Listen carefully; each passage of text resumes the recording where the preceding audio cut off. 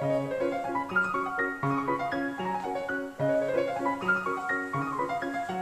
computer's fully charged, but I'm gonna plug it in anyway.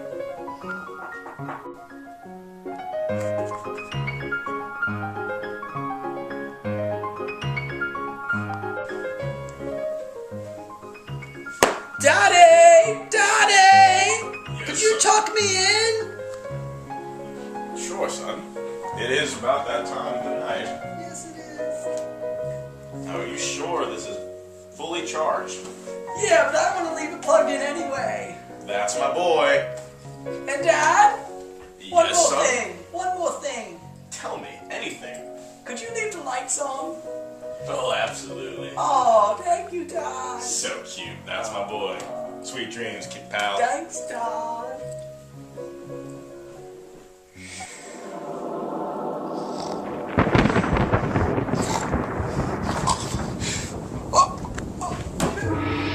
Hello? What? I'm the global warming wizard. What? Who? No, sir, get out of my room. I'm here to show you some facts that might make you think twice about leaving your computer plugged in overnight.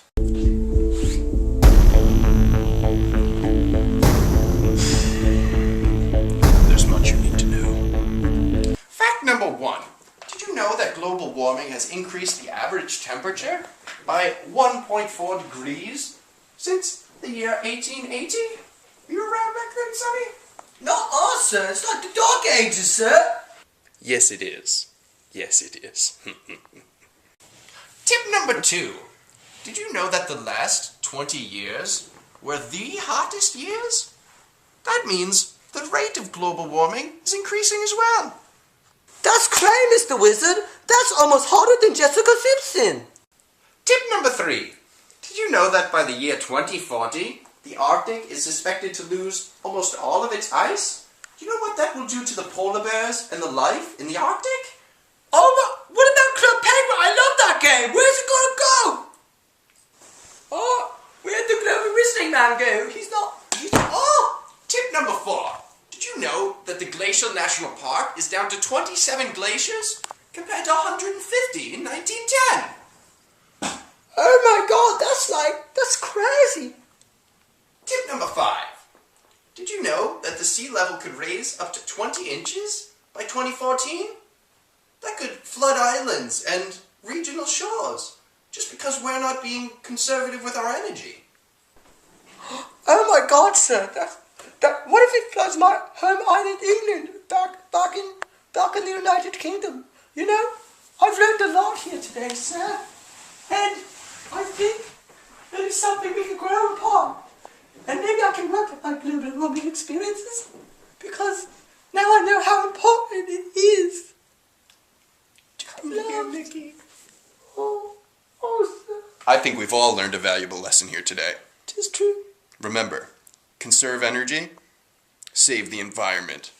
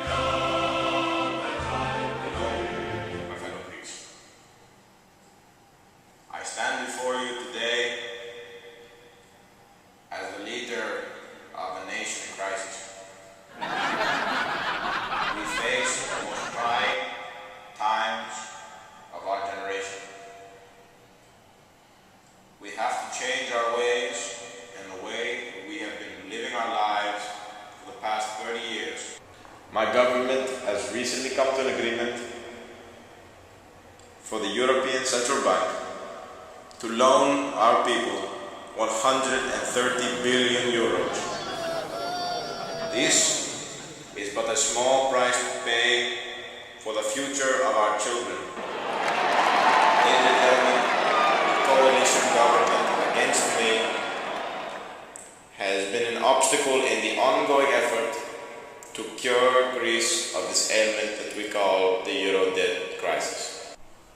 Now, I will open it up to questions. Yes, you in the back. Yes, Mr. Prime Minister. Mr. Prime Minister here. Yes. Hello, it's Winston Branstonworth of the Daily Telegraph, and I'd like to ask you a few questions. Question number one, how will the Euro debt crisis you speak of affect Britain, which does not use the Euro? What say you, sir? This is a good question, Branston. It's a good question. Let me tell you, it was a wise decision for Britain not to join the Eurozone. It's very wise, very wise. You see, Branston, you are involved in the decisions of the European Union, but not responsible financially for the burden of undeveloped economies in Europe. And for this, Britain's economy has been saved. You, in the back next to Branston, what do you have to say? Yes, yes. Hello! I'm Samuel Watson! Mr. Prime Minister! How much money does Greece owe? And to whom do they owe? My boy, Greece owes 252 billion euros. That equates to about 38,000 euros per person, 166% of the government GDP, and 288% of Greece's gross GDP. Yes, we're talking about a lot of money. We owe to Germany, the United States of America, Portugal, yes, Portugal, it's weird, huh? Italy, and of course, the United Kingdom. Is that the person? Yes. Oh, yes, I have a question. What are you going to do to repay the loans that Greece has taken out during this crisis? Yeah? To answer the strange little man in the back's question, my friends, Greece has made every sacrifice asked of them by the European Central Bank, and that lady Merkel, I do not care for her, but we follow what she said because she has all the money. We have got many government sector jobs, thousands, hundreds of thousands. We've raised the retirement age from 55 to 63. This is a big sacrifice. Big sacrifice. And let me tell you something. In Greece, where the weather is so hot, Mediterranean climate, it gets very, very hot in the afternoon. They are asking us to sacrifice us, yes. I said,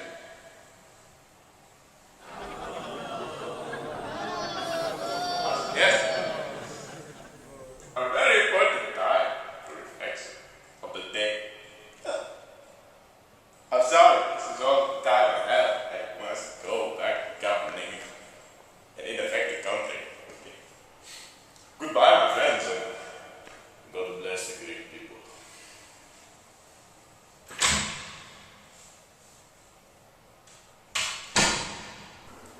Oh, yes, thank you. I'll be on my way then.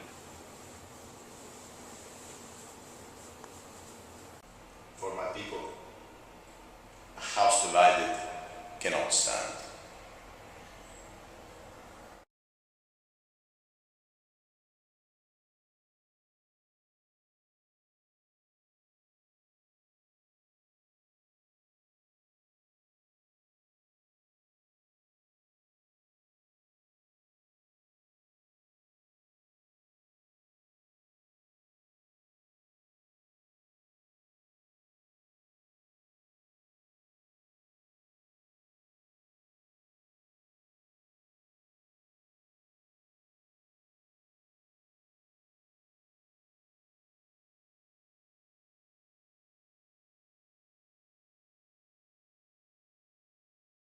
Hi, I'm Zach, and I'm going to explain 5 issues of global warming and how to help with them. The first issue is pollution coming from cars and other motor vehicles.